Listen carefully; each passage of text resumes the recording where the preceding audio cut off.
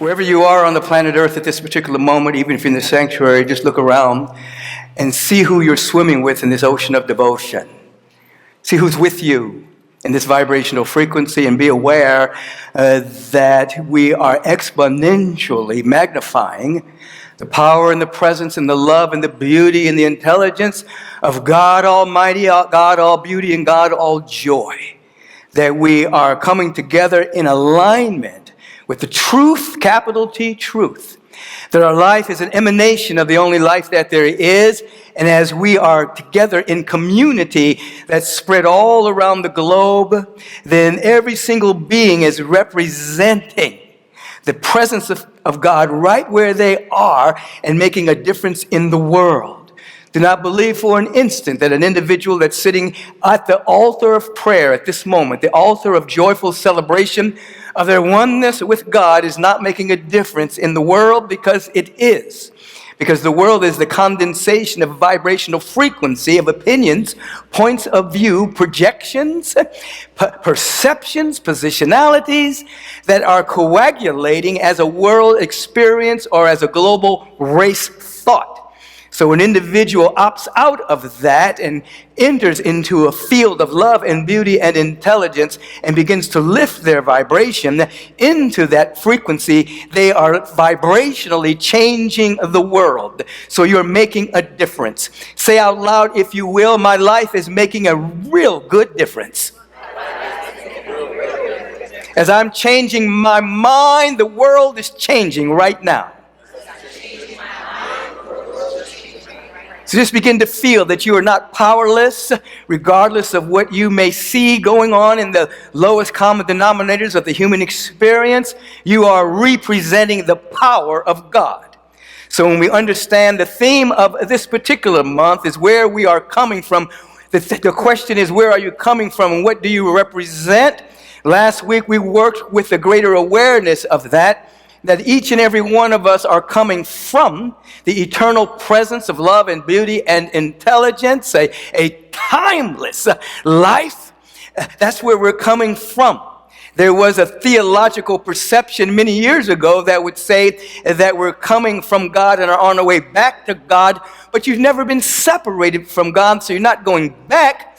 The question is, what are you representing? You are representing the presence of God where you are. The intelligence, the love, the beauty, the ingenuity, the creativity, all of the qualities of God you are representing. So just that shift in thought, that shift in belief, that shift in perception, that you're not going back, that you're coming from to represent, empowers you at a very deep level and begins to unravel all of the thought forms that have been created by a sense of separation. I use the word sense purposely because we're never separated, but there's a sense of separation. And so all the thought about going back has created a sense of separation that does what? That produces experience. So individuals have an experience of separation and think that is real. That is an experience, not necessarily real with a capital R. So where are you coming from? What do you represent? You begin to think about through the course of this week and begin to understand, as the topic would indicate today, you want to give your best under duress. This is very important. It is discovered that anything you learn under duress becomes stress resistant in life. So when you're under duress and you have a proper mindset while you're in a challenge, while you're in duress, the learning that takes place under duress becomes stress resistant. So that as you move back into the world of phenomena, you become a kind of like a spiritual-teflon being that does not get caught up in the ups and downs of the human experience because you've learned something under duress. We're not here to live a challenge-free life. We're here to allow for our challenges to activate and pull out the great gifts that are within us, the great infinite potential that is within us. So no one in their right mind is seeking to live a challenge-free life. As a matter of fact, in the Buddhist technology, to want to have a permanent vacation is called a bardo. It's a kind of a hell. because there's no challenge that's allowing you to grow into your greater yet to be. So people that have this vision, oh, I don't want to do anything. I just want to be on the beach and drink Mai Tais for the rest of my life. Well, in certain spiritual traditions, that's called hell, because there's nothing pulling or pushing you forward to reflect and to reveal the infinite. Reflect and to reveal the infinite potential that is within you. You're just like, now I'm not saying I'm not against vacations. I need a few. I'm not saying we're not supposed to stop and relax. Absolutely you are. But to create in your mind, you want a whole lifetime of doing nothing but sitting on the beach is hell.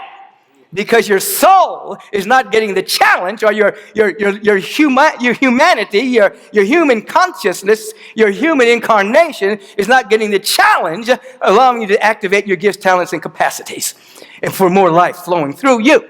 So your best under duress allows for what you learn under duress to become sustainable during times of stress in the world. Mindset is important. Mindset is important. Say that out loud.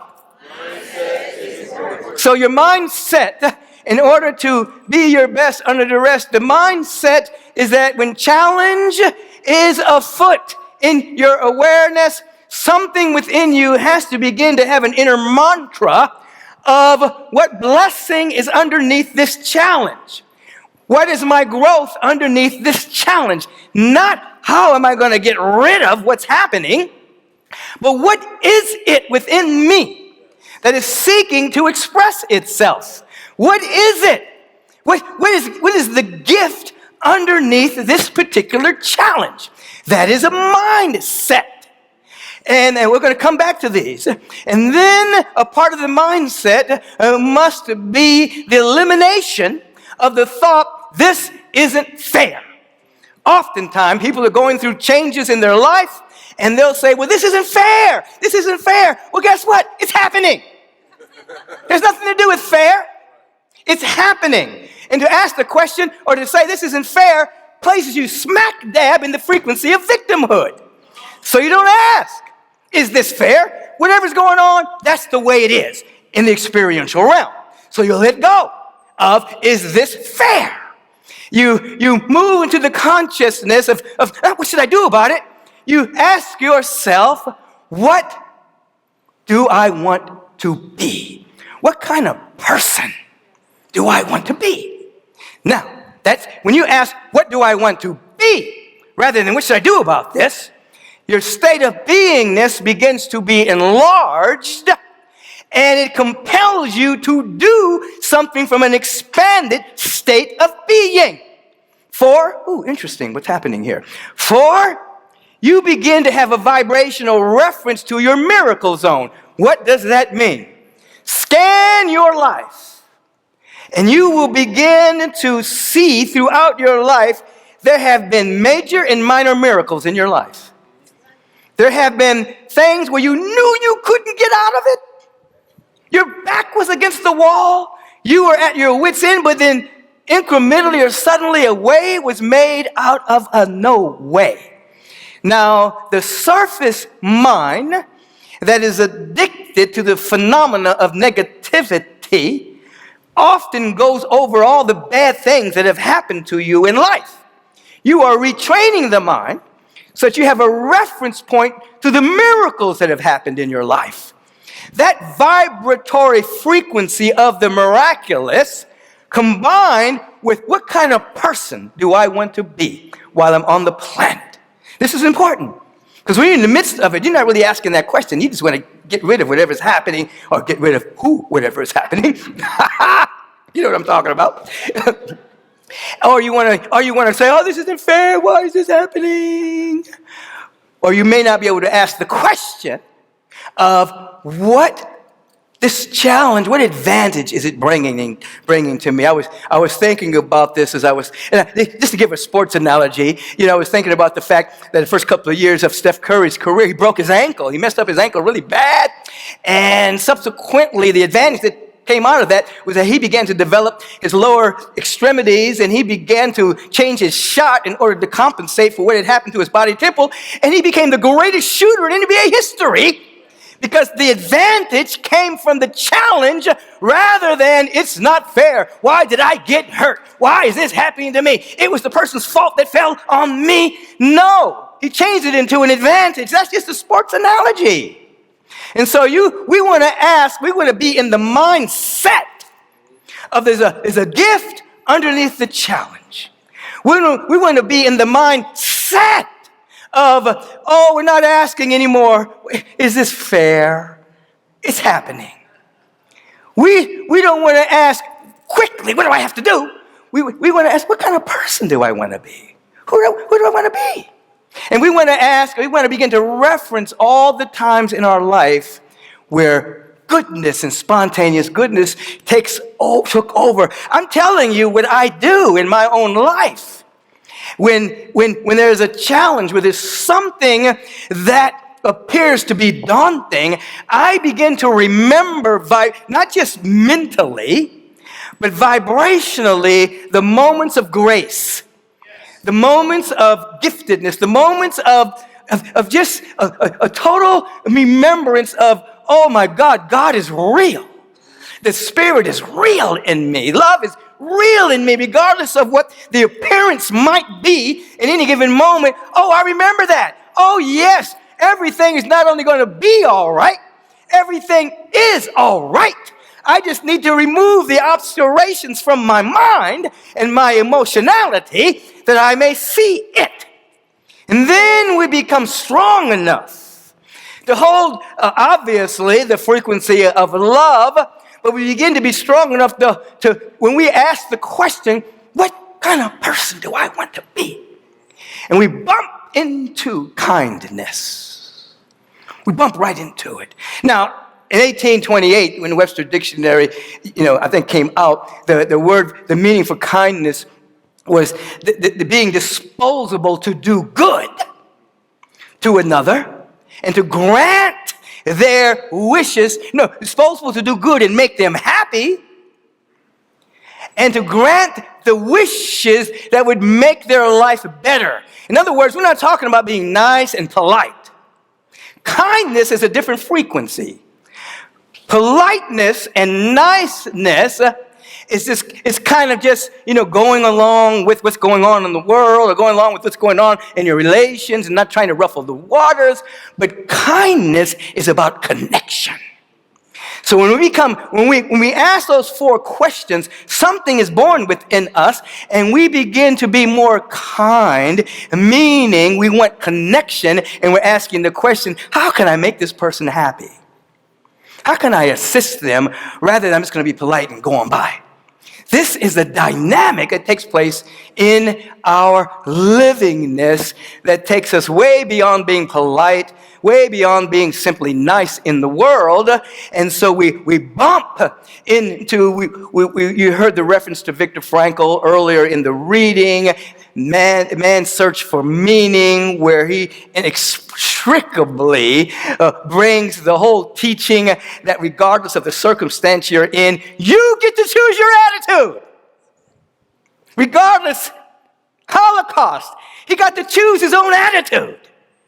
He searched for meaning and found his own attitude, love, meaning of his life.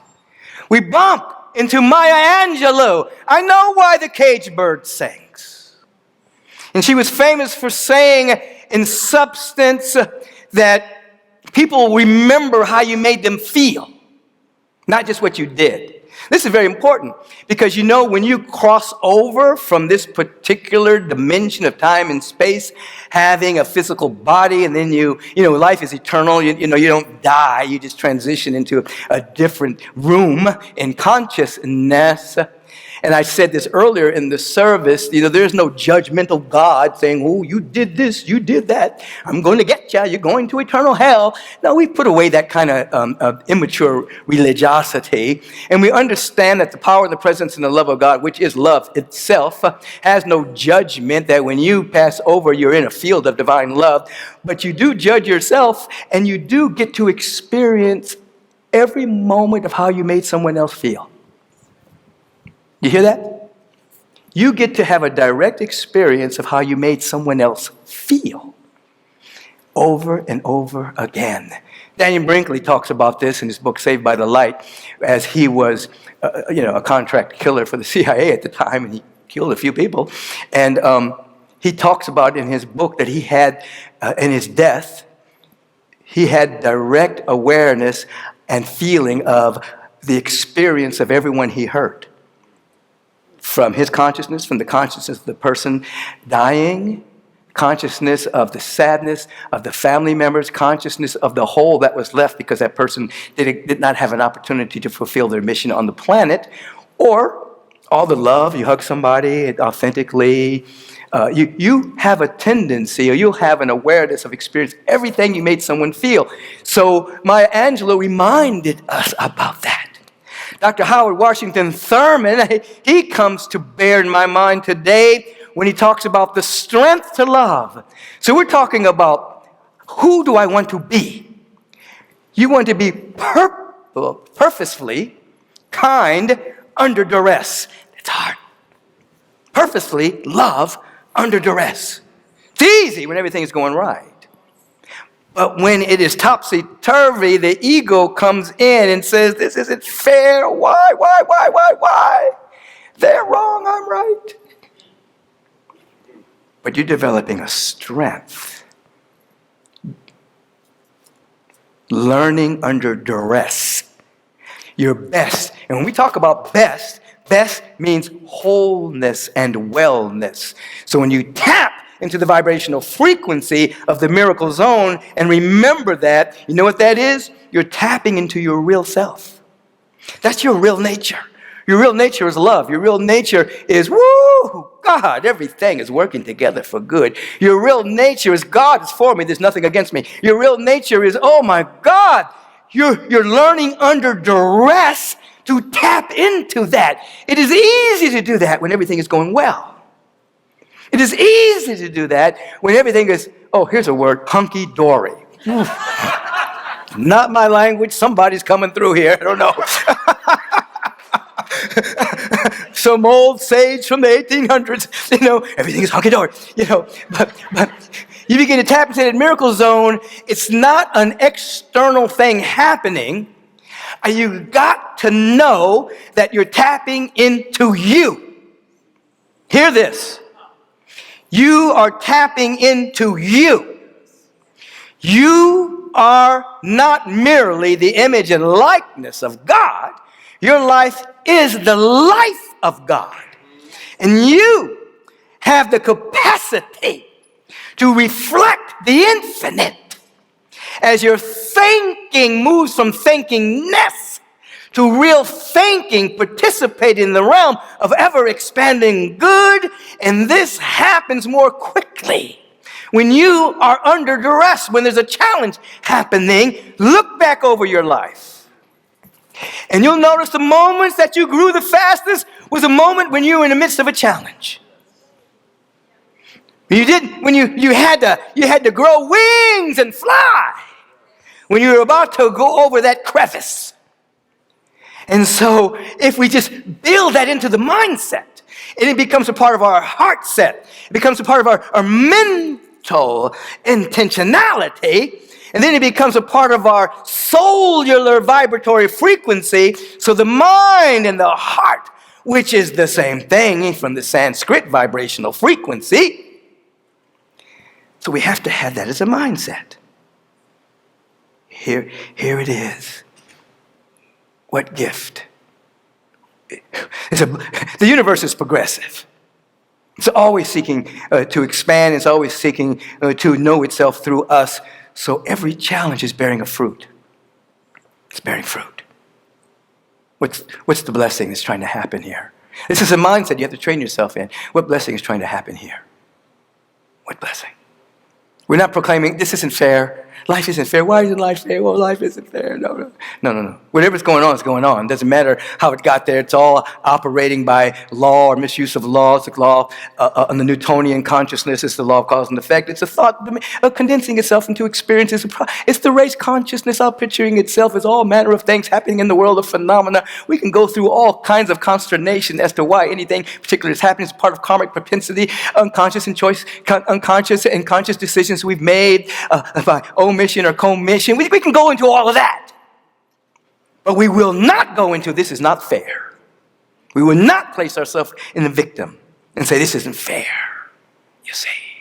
We will say to ourselves, what kind of being do I want to be? What kind of person do I want to be for the rest of my life? And some qualities will emerge. And you will stabilize the kind of person you want to be, but you want to stabilize it when it's hard, when you're in duress. And then you're assisted by remembering and hearkening so-called back to the miracles that have happened in your life, that you're living from a higher frequency. You'll proclaim, I know why the caged bird sings. You proclaim, oh, I get to choose my own meaning. In your search for meaning, as Viktor Frankl brought us, you get to say, I have the strength to love, the strength to give, the strength to be kind, to be disposable to doing good for another, and to assist in making someone else happy. How often do you live in that kind of vibrational frequency of kindness? Because very oftentimes we want somebody else to make us happy. And that's nothing wrong with that. You definitely want to be available to receptivity, be receptivity to the love and the peace and the joy and the wisdom and harmony it's seeking to express itself. But we're talking about a radical shift in consciousness. And when we get to live at that particular level, you will discover that you will less and less jump on the sides of issues. You won't try to be right. You'll ask what's right. And then the presence and the power and the love will begin to show you the world that God sees. The world that the presence, when I'm not talking about a man in the sky getting high on marijuana and having some superfluous vision. Or whatever. I'm talking about a presence of the all-seeing one that's everywhere. And everything that it sees is real. Catch this. This is mysticism here, pure mysticism. Everything that the presence sees is real. That's why Scripture says God is too pure. God's eyes are too pure to behold inequity. Because if it saw inequity, that would be real and eternal. God can only see itself. Can only see the love, the beauty, the everywhere. So you're inviting yourself through those four dynamics to see it the way it is. And by asking yourself, who do I want to be and what do I want to be? Now you're available to those qualities coming through you. And if you do that under duress, it becomes stress resistant. So that when you're in the flow of living in ness, nothing can bring you down. Nothing can make you stumble. Because you're not getting your joy and your happiness from the world. You are bringing it to the world. As an ambassador of what do I represent and where am I coming from? And then what else? Seek ye first this realm of ever-expanding good, and everything else is added unto you. What you need shows up. Your legitimate needs show up. And you're not looking to a person to have your legitimate needs met. You're embracing the presence. It will come through people or circumstances or situations or opportunities that show up in your own life, but you don't become so myopic that you say, this has to come through her or through him. You say, it is coming from the presence because I know where I'm coming from. And I know what I'm representing. So I go in and I correct all misuse of the law in my own mind. All misuse of the law in my own mind. I'm not looking outside. I'm asking the right question about challenge. I'm letting go of this isn't fair. I'm asking what must I be? Or no, who do I want to be? I'm referencing the miracles. In an instant, life can change. Life experience can change. In an instant. In an instant. I want us to mature into the awareness of being great meta-physicians. Beyond the physical realm, that is condensation of thoughts and beliefs and perceptions. Meta-physicians. Where we're going beyond the physical. Opening ourselves up to that which is true and real, declaring it and decreeing it in joy and in celebration, even before anything manifests physically, so that we're living in it even before the physical eyes can see it. That takes strength. And you are here to develop the strength to hold the frequency of the Most High. Say it with me right now. I am developing the strength to live in the frequency of the Most High. I am open to the strength to live in the frequency of the Most High. Now, under duress, when things aren't going well, I live in the frequency of the strength to live in the Most High, even when it's hard. Now you do that, you'll become a mature being. You'll be mature. We need spiritual adults on this planet, you see. No more victim, whiny people. We need people to rise up, to be strong in God, to be strong in love, to be strong in kindness, to be strong in generosity, to be strong in creativity, innovativeness, resourcefulness.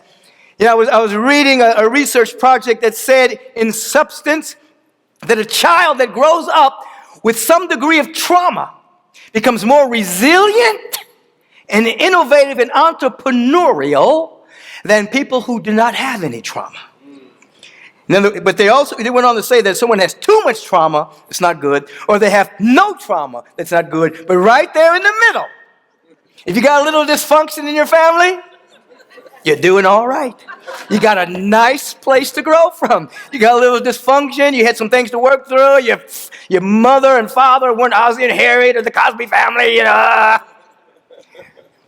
Thank God, because you got enough trauma to become resilient, independent, innovative.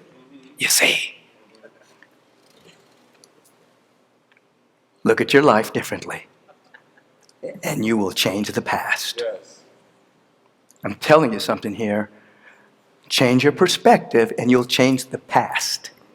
Meaning, the past is an experience of an event.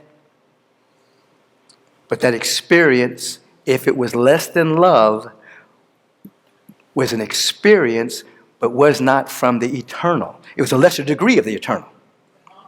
So, when you change your perspective and see what you learned from that, the sting disappears. And you wake up in this moment and say, oh my God, God has always been here.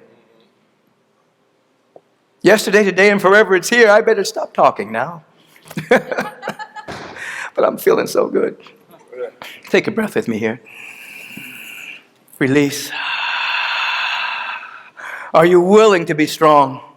Yes. Are you willing to live in the joy?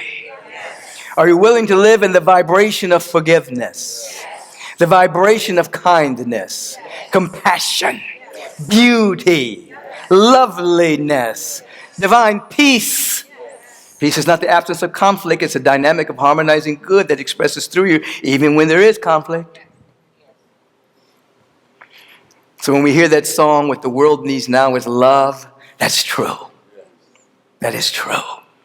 So that we individually and collectively can turn our swords into plowshares and realize there aren't any external enemies. There's only the projection of separation fomented by governments and politics and policies, that we can break free and begin to live in the dynamic of birthing the beloved community, beginning with our own heart and soul.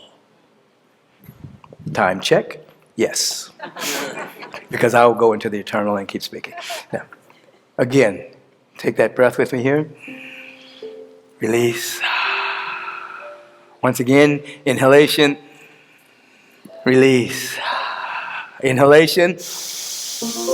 Release. So we turn within, take the outer eye, we close the outer eyes. We tap in the space between our eyebrows, we activate the first eye.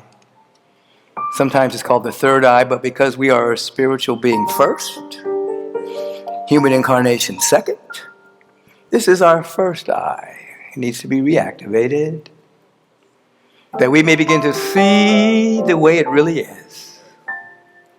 So we open ourselves up to the great awareness of something to be grateful for, and this, you might see a tug of the ego that's saying, oh, the limited perception, the paradigm blindness, saying, wait a minute, you got so much stuff going on, what are you talking about? I know you don't have anything to be grateful for.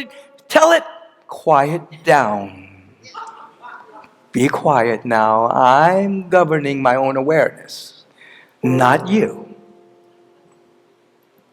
Find something to be grateful for. Something to be thankful for. And in this consciousness of gratitude, oh, we live and we breathe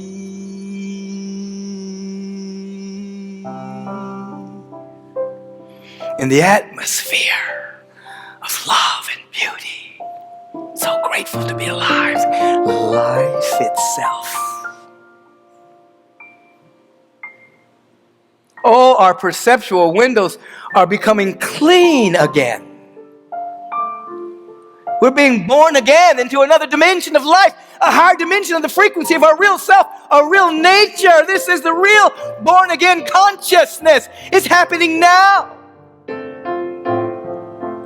Now we can proclaim, I am one with the all. I'm one with God. I'm one with life. Every sense of separation was just that, a sense of separation, never eternal, never real.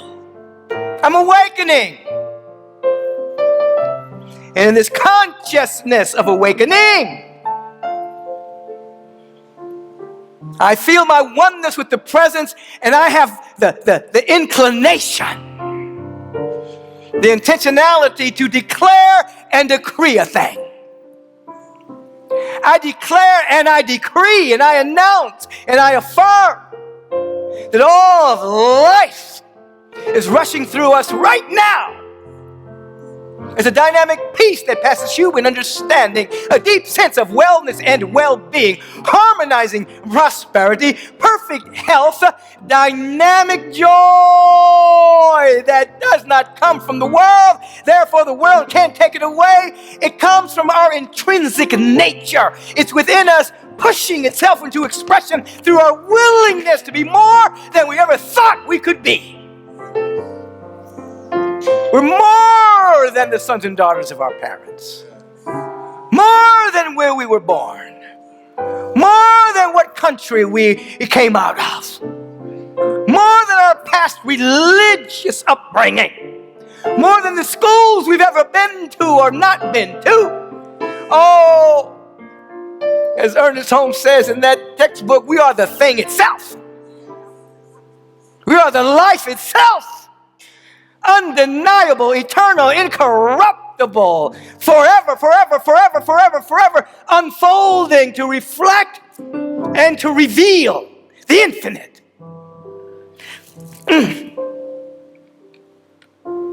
I declare and decree this. The only question is, will you be made whole? Will you accept your wholeness? Will you accept your wellness?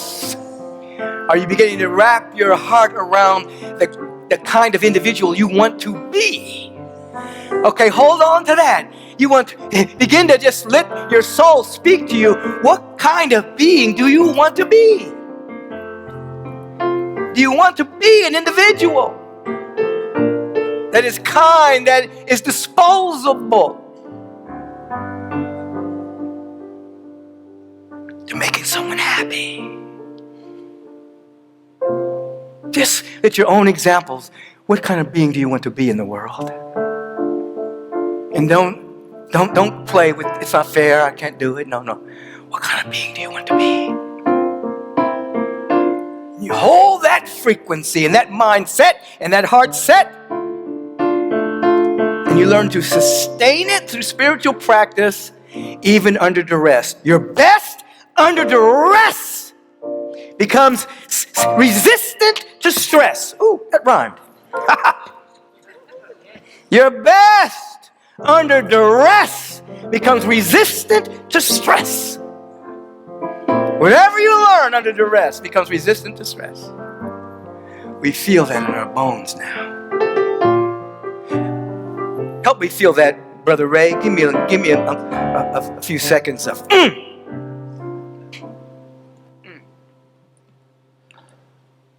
I of flesh and bones, I of scent and sound and sight, I have always known myself to be. But lately I've been shown dreams of me in golden light, visions of a greater I in me.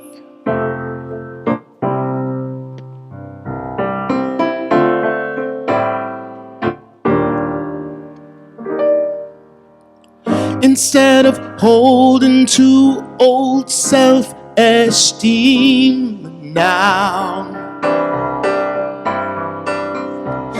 I am going for that golden dream now. I know now. Slowly but surely, I'm gonna know him. I'm gonna know him like I know myself. Sooner or later, I'm gonna see him. I'm gonna see the all as all I am, that I am. Slowly but surely, sooner or later, sooner or later, sooner or later, sooner or later.